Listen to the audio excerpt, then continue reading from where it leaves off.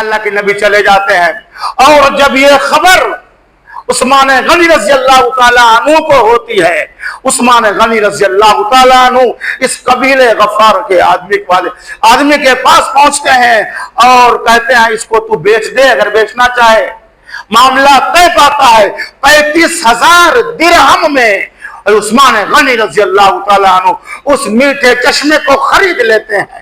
خریدنے کے بعد آقا نامدار تاجدار مدنی آمنہ کے لال محمد مصطفیٰ صلی اللہ علیہ وسلم کے پاس پہنچتے ہیں اور کہتے ہیں یا رسول اللہ، کیا وہ جنت کا چشمہ اس قبیلے غفار والے آدمی کے کنویں کے عوض میں خالی اسی کے لیے تھا یا ہمارے لیے بھی ہے؟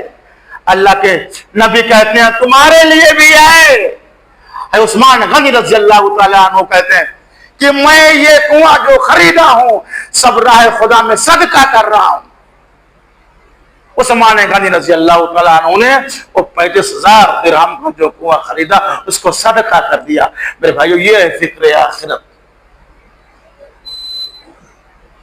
ہمیں اور آپ کو چاہیے۔ السلام علیکم ورحمۃ اللہ وبرکاتہ۔ ان الحمد للہ نحمده ونستعینه ونستغفره ونؤمن به ونتوکل علیہ ونعوذ باللہ من شرور انفسنا ومن سیئات اعمالنا من يهد الله فلا مضل له ومن يضلل فلا هادي له۔ وحاضرین جمعہ، ہر طرح کی تعریف، توصیف، عظمت، کبریائی، بزرگی و بڑائی اس وحدہ لا شریک کے لیے لائق و سزاوار ہے جو اس کائنات کا خالق، مالک، مشفق، مربی، پالنہار ہے، جس کی حکومت، جس کی بادشاہت مشرق کا مغرب، شمال کا جنوب، عرش کا فرش قائم اور دائم ہے، اس کے مرضی کے بغیر نہ تو درخت کا پتا ہل سکتا ہے اور نہ ہی کسی کو کچھ مل سکتا ہے۔ اگر وہ چاہ لے تو ایک سیکنڈ، ایک پل، ایک لمحہ، ون مومنٹ کے اندر کسی غریب کو بادشاہ بنا دے، جیسا کہ یوسف علیہ السلام کے ساتھ ہوا۔ اور اگر وہ چاہ لے تو ایک سیکنڈ، ایک پل، ایک لمحہ، ایک آن کے اندر کسی بادشاہ سے، کسی شہنشاہ سے، کسی حکمراں سے، کسی تاجدار سے اس کی شہنشاہی، اس کی بادشاہی، اس کی حکمرانی، اس کی تاجداری چھین کر کے اسے در در کی ٹھوکریں کھانے پر مجبور کر دے، جیسا کہ شہنشاہ ایران کے ساتھ ہوا۔ بعدہ انگنت درود و سلام نازل ہوں اللہ رب العزت کی مبعوث کردہ و نازل کردہ انبیاء اور رسول پر، خصوصاً اس کے آخری نبی، آخری پیغمبر، آخری رسول، صاحب حوض کوثر، شافع محشر، سید البشر، آقا نامدار تاجدار مدنی آمنہ کے لال جناب محمد مصطفیٰ صلی اللہ علیہ وسلم پر اللہم صلی وسلم وبارک علیہ۔ میرے بھائیو، آج اس خطبہ جمعہ میں اسٹارٹنگ میں سورہ بقرہ کی ایک آیت کا اس کا ٹکڑا، اسی طرح سورہ اعلیٰ کی ایک آیت تلاوت کی گئی ہے، اور سورہ بقرہ کی یہ ایسی آیت ہے جو نزول قرآن کے اعتبار سے اور نزول وحی کے اعتبار سے وَاتَّقُوا يَوْمًا تُرْجَعُونَ فِيهِ إِلَى اللَّهِ ثُمَّ تُوَفَّىٰ كُلُّ نَفْسٍ مَا كَسَبَتْ وَهُمْ لَا يُظْلَمُونَ۔ یہ سب سے آخری آیت ہے جو آقا نامدار تاجدار مدنی آمنہ کے لال محمد مصطفیٰ صلی اللہ علیہ وسلم پر سب سے آخر میں اتری۔ وہ کون سی آیت ہے؟ سورہ بقرہ کی یہی آیت ہے جو ہم نے آپ کے گوشے گزار کیا۔ میرے بھائیو، یہ آیت بہت ہی اہمیت کی حامل ہے، یہ انسان کے دلوں کو جھنجھوڑ کر رکھ دیتی ہے۔ اس میں لوگوں کو آخرت کی طرف متوجہ کیا گیا ہے اور بتایا گیا ہے کہ اصل زندگی آخرت ہی کی زندگی ہے۔ اور جو سورہ اعلیٰ کی آیت پڑھی میں نے، اس کا تعلق بھی آخرت ہی سے ہے۔ اس میں بھی دنیا کے مقابلے میں آخرت کو ترجیح دی گئی ہے۔ اور آج جو ٹاپک، جو موضوع منتخب کیا گیا ہے وہ بھی فکر آخرت ہی ہے، کیونکہ آج حضرت انسان دنیا کے پیچھے پڑا ہوا ہے اور دنیا حاصل کرنے کے لیے وہ جد و جہد کر رہا ہے۔ میرے بھائیوں، میرے عزیزوں، میرے بزرگوں، آج اس دنیا میں ہر انسان کے سامنے کوئی نہ کوئی مسئلہ ہے. ہر انسان کسی نہ کسی مسئلے سے دوچار ہے. مثلاً کوئی مکان کے مسئلے میں الجھا ہوا ہے, کوئی دکان کے مسئلے میں الجھا ہوا ہے, کوئی زراعت یعنی کھیتی کے مسئلے میں پھنسا ہوا ہے, کوئی اپنی اولاد کے مستقبل, اس کے فیوچر, اس کے بھوش کے بارے میں پریشان ہے, تو کوئی بینک بیلنس کے چکر میں ہے, کوئی اپنے دشمن کو برباد کرنے اور اپنے حریف کو زیر کرنے کے منصوبے اور پلاننگ میں جی رہا ہے. حتیٰ کہ کوئی ووٹ کے چکر میں ہے تو کوئی نوٹ کے غم میں گھلا جا رہا ہے. کیا زندگی کا اصل مسئلہ یہی ہے؟ یہ مکان, یہ دکان, یہ کھیت و کھلیان, یہ تجارت, یہ زراعت, یہ بینک بیلنس, اصل مسئلہ یہی ہے؟ اصل مسئلہ وہ ہے جو ہماری آنکھوں سے اوجھل ہے. آج موجودہ عارضی زندگی میں انسان دنیا کی جنت کو حاصل کرنے کے لیے جدوجہد کر رہا ہے. اپنے آپ کو دنیا کے مصائبات, دنیا کے مشکلات, دنیا کی پریشانیوں سے بچانے کی فکر کر رہا ہے. عقل مندی یہ ہے کہ انسان اپنے آپ کو قبر کے عذاب سے بچائے اور جہنم کے عذاب سے بچائے اور اس جنت کی طرف دوڑے جہاں اسے ہمیشہ ہمیش رہنا ہے. دنیا کی پریشانیاں, دنیا کی آفتیں, دنیا کے مصائبات, مشکلات یہ برداشت کر لے اور یہاں کی تکلیفیں جھیل لے, لیکن یہاں ایسے اعمال صالحہ کر کے جائے, ایسے کام کر کے جائے جو بعد میں آنے والی زندگی میں, ہمیشگی والی زندگی میں اس کے لیے عیش اور کامرانی کا موجب اور سبب بنے. میرے بھائیوں, دنیا میں غریب ہونا, امیر ہونا, جائیداد والا ہونا, بغیر جائیداد کے ہونا, عہدے دار ہونا, بغیر عہدے کے ہونا, یہ سب چیزیں ایسی ہیں جسے انسان اپنی آنکھوں سے دیکھتا ہے, آنکھوں سے دکھائی دے رہی ہے. اس لیے یہ بینک بیلنس, یہ نوٹ, یہ ووٹ, یہ عہدے, یہ منصب, انہیں حاصل کرنے کے لیے انسان ان پر ٹوٹ پڑتا ہے اور انہیں پانے کے لیے ہر جائز و ناجائز ذرائع کو استعمال کرتا ہے. میرے بھائیوں, ووٹ کے چکر میں نوٹ کے حصول کے لیے وہ حلال و حرام کی تمیز کو بالائے طاق رکھ دیتا ہے. وہ نہیں سوچتا ہے, اس قدر وہ دنیا کے حصول میں غرق ہوتا ہے, دنیا کا اس قدر وہ لالچی بن جاتا ہے کہ بس اس کے پاس روپیہ آنا چاہیے. اب وہ نہیں دیکھ رہا ہے آیا ہمارے جیب میں جو روپیہ آ رہا ہے, جو نوالا ہمارے منہ تک جا رہا ہے, جو غذا ہم اپنے بچوں کو کھلا رہے ہیں, آیا وہ حلال ہے یا حرام, اس کی پرواہ نہیں کرتا ہے. اس قدر وہ دنیا کے حصول میں وہ غرق ہوتا ہے. لیکن جن کے اندر آخرت کی فکر ہوتی ہے, جنہیں قبر کے عذاب سے بچنے کی فکر ہوتی ہے, جنہیں جہنم کے عذاب کا خوف ہوتا ہے, وہ ہمہ وقت حلال و حرام کی تمیز کرتا رہتا ہے اور اپنا ہر آن, ہر لمحہ, ہر پل وہ آخرت کو نظر میں رکھتے ہوئے گزارتا ہے.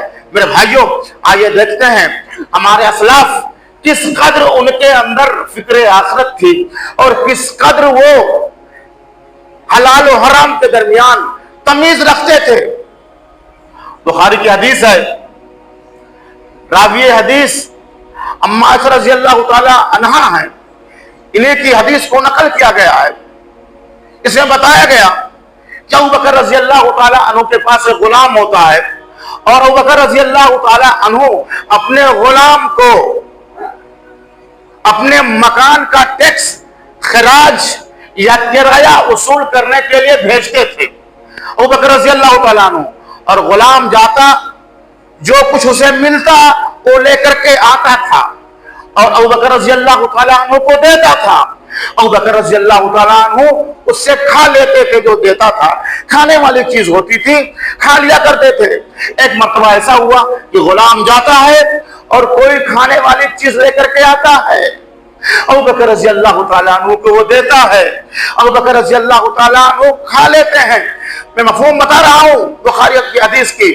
ابوبکر رضی اللہ تعالیٰ عنہ کھا لیتے ہیں اور کھانے کے بعد غلام ان سے پوچھتا ہے اتدری ما ھذا، اے میرے آقا جو آپ نے کھایا ہے یہ کیا ہے، آپ کو پتا ہے؟ ابوبکر رضی اللہ تعالیٰ عنہ جواب دیتے ہیں لا عالم، میں نہیں جانتا، تو روزانہ لاتا تھا دیتا تھا اور میں کھا لیا کرتا تھا، ہمیشہ حلال ہی دیتا تھا، یعنی تو آج بھی ویسے دیا، معمول کے مطابق میں نے کھا لیا۔ تو غلام کہتا ہے کنت تکہنت لانسان فی الجاہلیت وما اوسم الکہانۃ الا انی خدعتہ فلقیتنی اعطانی۔ تو کہتا ہے کہ زمانے جاہلیت میں نے ایک شخص کے ساتھ کہانت کا کام کیا تھا، فیوچر کی باتیں بتائی تھی، مستقبل کی باتیں بتائی تھی، اور ما اوسم الکہانۃ، حالانکہ میں کہانت نہیں جانتا تھا، الا انی خدعتہ، میں نے اس کو دھوکہ دیا تھا، فلقیانی، تو وہ مجھ سے ملاقات کیا، پھر آتانی، پھر مجھے اس نے اس کی قیمت دی، یعنی میں نے بھوش کی بات بتائی تھی کہ تیرا کام ہو جائے گا، لیکن میں قائل نہیں تھا، میں نے دھوکہ دیا تھا اس کو اور اسے کہہ دیا تھا، حالانکہ اس کا کام ہو گیا، اب وہ فلاں شخص مجھ کو ملا اور اس کا عوض مجھ کو دیا، میں نے اس کو دھوکہ دیا تھا۔ تو دھوکے کی کمائی اور کہانت کی کمائی دونوں حرام ہے، اور یہ کمائی اس نے مجھ کو دیا اور میں نے آپ کو دیا، آپ نے اس کو کھا لیا۔ اتنا سننا ہوتا ہے کہ ابوبکر رضی اللہ تعالیٰ عنہ جو کچھ اپنا ہاتھ منہ میں ڈالتے ہیں، حلق میں ڈال دیتے ہیں، اور جو کچھ کھائے ہوتے ہیں اگل دیتے ہیں، پیٹ کے اندر جو کچھ ہوتا ہے سب اگل دیتے ہیں۔ میرے بھائیوں، یہ ہمارے اسلاف ہیں، کس قدر حلال و حرام کی تمیز کر رہے ہیں، کس قدر ان کے اندر آخرت کی فکر ہے۔ میرے بھائیوں، آخرت جس کو اللہ رب العزت نے بطور مصلحت ہمارے اور آپ کی نظروں سے اجل کر دیا ہے، جس کے متعلق سورہ بقرہ نے فرمایا وَاتَّقُوا يَوْمًا تُرْجَعُونَ فِيهِ إِلَى اللَّهِ، اور ڈرو تم سب اس دن کے بارے میں جس دن کی وَاتَّقُوا يَوْمًا تُرْجَعُونَ فِيهِ إِلَى اللَّهِ، اور ڈرو تم سب اس دن کے بارے میں جس دن کے اللہ کے پاس لوٹائے جاؤ گے، اور ہر شخص اپنے کیے کا پورا بدلہ دے دیا جائے گا، کسی کے ساتھ ذرہ برابر بھی ظلم و ناانصافی نہیں کی جائے گی۔ معلوم ہوا کہ انسان جن مصروفیات میں جی رہا ہے، جن مشغولیات میں بزی ہے، جو بھی کام دھام کر رہا ہے، خواہ کتنا بینک بیلنس کر رہا ہے، جو بھی روزی روٹی حاصل کر رہا ہے، لگا ہوا ہے، یہ اس کے ضمنی مسائل ہیں، یہ اس کے عارضی مسائل ہیں، یہ اس کے ڈپلیکیٹ مسائل ہیں، یہ نقلی مسئلے ہیں، اور اصل مسئلہ جو ہے وہ مرنے کے بعد آنے والی دوسری زندگی کا ہے۔ اس لیے ہمیں چاہیے کہ ہم دوسری زندگی جو آخرت والی زندگی ہے، جو ہمیشہ والی زندگی ہے، اس زندگی پر ہم دھیان دیں اور اپنے اس زندگی کی فکر کریں۔ میرے بھائیوں، کیونکہ اصل زندگی آخرت کی زندگی ہے۔ اللہ رب العزت نے قرآن مجید میں بے شمار مقامات پر لوگوں کو آخرت کی طرف متوجہ کرتے ہوئے بیان فرمایا، مخاطب کیا، جیسا کہ سورہ آل عمران کے اندر اللہ رب العزت نے فرمایا فَكَيْفَ إِذَا جَمَعْنَاهُمْ لِيَوْمٍ لَا رَيْبَ فِيهِ وَوَفِّيَتْ كُلُّ نَفْسٍ مَا كَسَبَتْ وَهُمْ لَا يُظْلَمُونَ، کیا بنے گی جب ہم انہیں قیامت کے دن اکٹھا کریں گے اور ہر شخص اپنے کیے کا پورا بدلہ دے دیا جائے گا۔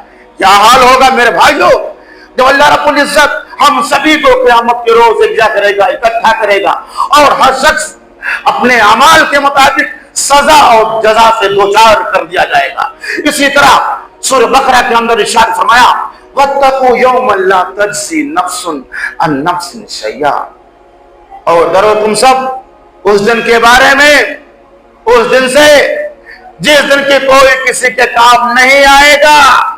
یہاں بھائی کے کام آ جاتا ہے، دکھ کے وقت، مصیبت کے وقت پڑوسی کے کام آ جاتا ہے، ایک رشتہ دار دوسرے رشتہ دار کی مدد کر دیتا ہے، لیکن قیامت جب قائم ہوگی، نفسی کا عالم ہوگا، یہ سورج جس کے بارے میں اللہ کے نبی صلی اللہ علیہ وسلم نے ارشاد فرمایا تدن الشمس یوم القیامت من الخلق کمیل او کما قال نبی صلی اللہ علیہ وسلم کہ قیامت کے روز سورج 1 میل کے فاصلے پر کر دیا جائے گا، مخلوق سے 1 میل کے قریب کر دیا جائے گا۔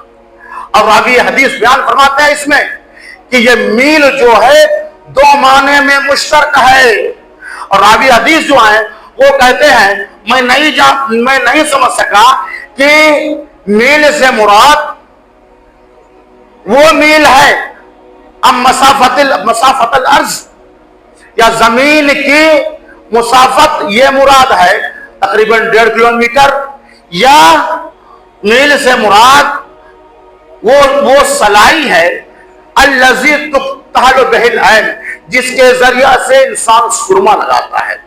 غور کر لیجئے، میل مشترک ہے 2 معنوں میں، ایک کہتے ہیں سلائی کو، وہ سلائی جس سے ہم اور آپ سرما لگاتے ہیں، اور 1 کلومیٹر میں اگر ہم سلائی مراد لے رہے ہیں آپ تو ایک دم سر پر ہوگا میرے بھائیو سورج، اور فاصلہ مراد لے رہے ہیں تو 1.5 کلومیٹر اس کے لمسم ہوگا، یہ ہاہاکار مچا ہوگا، اس کی گرمی کی وجہ سے انسان پریشان ہوگا۔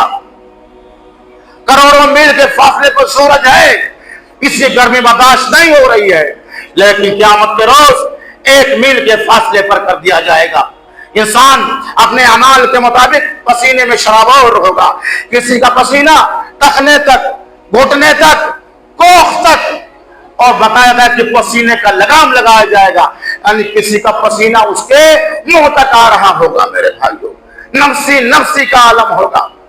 تو اسی کے بارے میں فرمایا اللہ رب العزت نے وَاتَّقُوا يَوْمًا تُرْجَعُونَ وَاتَّقُوا يَوْمًا لَا تَجْزِي نَفْسٌ عَن نَفْسٍ شَيْئًا، کہ ڈرو اس دن کے بارے میں جب کوئی کسی کے کام نہیں آئے گا۔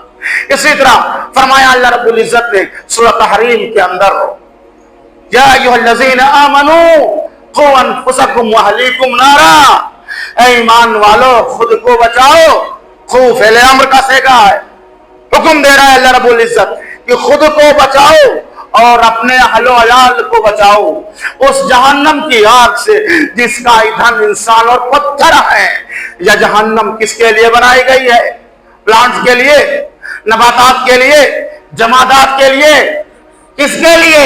انسانوں کے لیے جہنم بنائی گئی ہے، اور جہنم گھات میں ہے، جہنم منتظر ہے، انتظار کر رہی ہے میرے بھائیو جہنمیوں کا۔ اور جس جہنم سے بچنے کے لیے اللہ کہہ رہا ہے، کبھی غور کیا جہنم کے بارے میں؟ ہمارے سامنے اگر معمولی بچھو آ جائے، اگر یا سانپ آ جائے، اژدہا آ جائے، تو ہمارے حواس باختہ ہوتے ہیں، ہم لوگ ہوش حواس غائب ہو جاتے ہیں۔ یہ معمولی بچھو اور سانپ دیکھ کر کے جو معمولی ہیں، اور جہنم میں ان کی حیت، ان کی ماہیت، ان کی نوعیت، ان کی حالت بدلی ہوئی ہوگی میرے بھائیوں۔ یہ سانپ اونٹ کے برابر ہوں گے، یہ سانپ اونٹ کے برابر ہوں گے، یہ بچھو کھچر کے برابر کر دیے جائیں گے، اور یہ جہنمیوں کو ڈسیں گے۔ اور جس طرح بچھو اور سانپ کی حیت بدل جائے گی، بڑے بڑے کر دیے جائیں گے، اسی طرح انسان کو بھاری بھرکم کر دیا جائے گا۔ یہ جو دانت دیکھ رہے ہیں آپ جو سامنے ہے، اس دانت کی لمبائی اور چوڑائی احد پہاڑ کے برابر کر دی جائے گی، یہ کندھے بھاری بھاری کر دیے جائیں گے۔ اور جہنم کی اگر ایک چنگاری اس دھرتی کی طرف، اس روئے زمین کی طرف گر جائے تو تا قیامت کوئی سبز پتا نہ اگ سکے۔ جہنم کا اگر کوئی زہریلا جانور، بدبودار جانور اگر اس کی طرف سانس چھوڑ دے تو اس کی بدبو کی وجہ سے جینا محال ہو جائے گا۔ 1% اس آگ کے اندر گرمی ہے، 1%، اور اس جہنم کا جو آگ، جہنم کی جو آگ ہوگی 69 درجے کی حرارت زیادہ ہوگی۔ اس 1 درجے کی حرارت سے دنیا کی آگ ہم نہیں برداشت کر پا رہے ہیں، اور جہنم کا آگ میرے بھائیوں ہم کہاں سے برداشت کر پائیں گے؟ آقا نامدار تاجدار مدنی آمینہ کے لال محمد عربی صلی اللہ علیہ وسلم ہر نماز میں جہنم کے عذاب سے دعا مانگ، جہنم کے عذاب سے پناہ مانگا کرتے تھے۔ اللہم انی اعوذ بک من عذاب القبر وعذاب النار، اللہ بچا قبر کے عذاب سے اور جہنم کی عذاب، جہنم کی آگ سے بچا۔ میرے بھائیو، اسی جہنم سے بچنے کے لیے اللہ کہہ رہا ہے قوا انفسکم، تم لوگ بچاؤ اپنے آپ کو، واہلیکم، اور اپنے اہل و عیال کو اس جہنم کی آگ سے جس کا ایندھن انسان اور پتھر ہے۔ آیا ہم محاسبہ کریں اپنا، آیا ہم جہنم سے بچ رہے ہیں کہ نہیں بچ رہے ہیں؟ یہ تو جمعہ کا دن ہے میرے بھائیو، جمعہ ہی کے دن مسجد کا حق ادا ہوتا ہے، باقی نمازوں میں مسجدیں یہاں بکا کرتی ہیں، آوازاری کرتی ہیں، روتی ہیں، گر گراتی ہیں، کہتی ہیں کہاں ہے ہم کو آباد کرنے والے؟ مسجدیں رو رہی ہیں، مسجدیں فریاد کر رہی ہیں آ جاؤ مجھے آباد کرنے والے۔ جس طرح ہم اور آپ جمعہ میں مسجد کو آباد کرتے ہیں، مسجد کو بھرتے ہیں، آئندہ نمازوں میں میرے بھائیوں، پانچ وقتہ نمازوں میں اس طرح ہم مسجدوں کو بھریں۔ قوا انفسکم اہلیکم، نعرہ یہ نماز جو امت محمدیہ پر فرض ہے، صرف فرض کا مطلب لینے کی فرض ہے، اس کا پڑھنا بھی فرض ہے، چھوڑنے والا میرے بھائیوں گنہگار ہے۔ من ترک الصلاۃ متعمدا فقد کفر، کس نے ایک وقت کی نماز چھوڑ دی اس نے کفر کیا۔ جو سب سے پہلا سوال ہوگا اول ما یحاسب به العبد یوم القیامہ الصلاۃ، سب سے پہلا جو سوال ہوگا وہ قیامت کے روز وہ نماز کا سوال ہوگا۔ نماز نہ پڑھنے کی وجہ سے جہنم میں جہنمی جائیں گے میرے بھائیوں، نہ پڑھنے کی وجہ سے۔ تو ہم کیسے بچ سکتے ہیں جہنم سے؟ نماز پڑھ کر ہم نماز پر دھیان دیں، ہم نماز پڑھیں، مداومت برتیں نماز پر، ہم جہنم سے بچیں گے میرے بھائیوں۔ خود پڑھیں اور اپنے بچوں کو بھی لے کر کے آئیں مسجد، اپنی زوجہ اپنے حرمہ کو بھی تلقین کریں، حکم دیں کہ نماز مت چھوڑیں، تبھی ہم جہنم سے بچ سکتے ہیں۔ اور جو اعمال صالحہ ہیں اور جو نیکیاں ہیں ہم کرتے رہیں میرے بھائی، اصل کامیابی آخرت کی کامیابی ہے اور اصل ناکامی آخرت کی ناکامی ہے۔ یعنی کامیاب وہ شخص ہے جو آخرت کے حساب و کتاب میں کامیاب و کامران ہوا، اور خواہ اس دنیا میں اس نے انتہائی غریبی، مفلسی، پریشانی کے عالم میں گزر بسر کیا ہو، اور ناکام وہ شخص ہے جو اللہ رب العزت کے حساب و کتاب میں ناکام و نامراد ہوا میرے بھائی۔ خواہ اس دنیا میں اس کے پاس زر و جوہرات کے انبار، نوکروں کی فوج، عمدہ کوٹھیاں، شاہانہ لباس، قیمتی دسترخوان رہے ہوں، اگر اللہ رب العزت کے حساب و کتاب میں یعنی آخرت میں ناکام ہوا تو ہمیشہ ہمیشہ کے لیے وہ ناکام و نامراد ہوا۔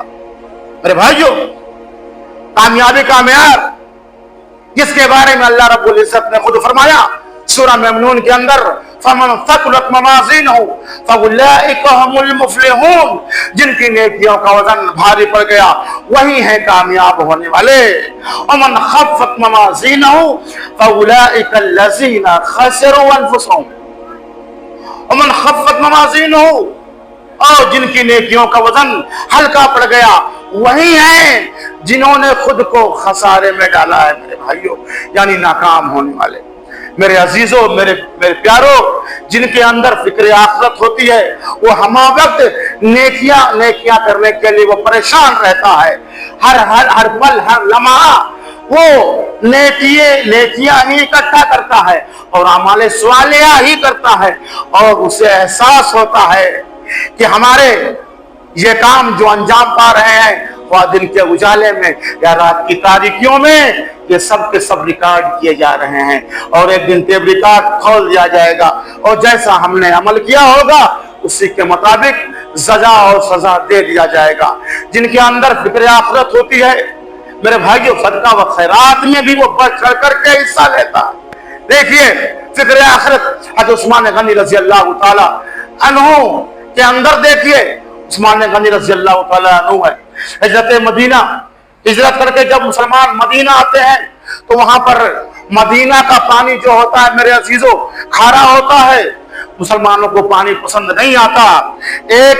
ایک شخص کے پاس ایک کنواں ہوتا ہے، اس کا پانی میٹھا ہوتا ہے۔ قبیلے غفار کے ایک شخص کے پاس کنواں ہوتا ہے، اس کا پانی میٹھا ہوتا ہے، لیکن قبیلے غفار کا آدمی اپنے اس کنویں کے پانی کو ایک سا یا کچھ قیمتاً وہ بیچتا رہتا ہے، اللہ کے نبی صلی اللہ علیہ وسلم کو خبر ہوتی ہے کہ مہاجرین پریشان ہے، پانی میٹھا نہیں مل رہا ہے، اگر میٹھا پانی ہے تو اسی شخص کے پاس ہے جو قبیلہ غفار کا آدمی ہے۔ اللہ کے نبی صلی اللہ علیہ وسلم پہنچتے ہیں قبیلہ غفار کے آدمی کے پاس اور کہتے ہیں اے شخص، کیا تو اس کنویں کے چشمے کو جنت کے چشمے کے عوض میں خریدنا چاہتا ہے؟ یعنی تو صدقہ کر دے، یہ میرا مشورہ ہے، یہ آرڈر نہیں ہے۔ قبیلہ غفار کا آدمی غریب ہوتا ہے، وہ کہتا ہے یا رسول اللہ اسی پر گزر و بسر ہوتی ہے۔ عثمان غنی رضی اللہ تعالیٰ عنہ نے وہ 35,000 درہم کا جو کنواں خریدا اس کو صدقہ کر دیا۔ میرے بھائیو، یہ ہے فکر آخرت۔ ہمیں اور آپ کو چاہیے کہ ہر آن ہر لمحہ کوئی بھی کام کریں، کوئی بھی عمل کریں تو حلال و حرام کے درمیان ہم تمیز رکھیں اور سوچتے رہیں کہ میرے بھائیوں کہ جو بھی عمل کر رہے ہیں سب ریکارڈ کیے جا رہے ہیں، جیسے کہ میری باتیں ریکارڈ کی جا رہی ہیں، ایسے A to Z سب ریکارڈ ہو جا رہا ہے، اور ایک دن ٹیپ ریکارڈ کھول دیا جائے گا، اور جیسے ہم نے عمل کیا ہوگا اسی کے مطابق اللہ جزا و سزا دے گا، پھر جنت ہے پھر جہنم۔ اللہ سے دعا ہے کہ اللہ رب العزت ہمیں آخرت کے خسارے سے محفوظ فرمائے، ہمیں جب تک اس دار فانی میں رکھے، قرآن و حدیث پر عمل کرنے والا بنائے اور خاتمہ علی الایمان فرمائے۔ تقبل یا رب العالمین۔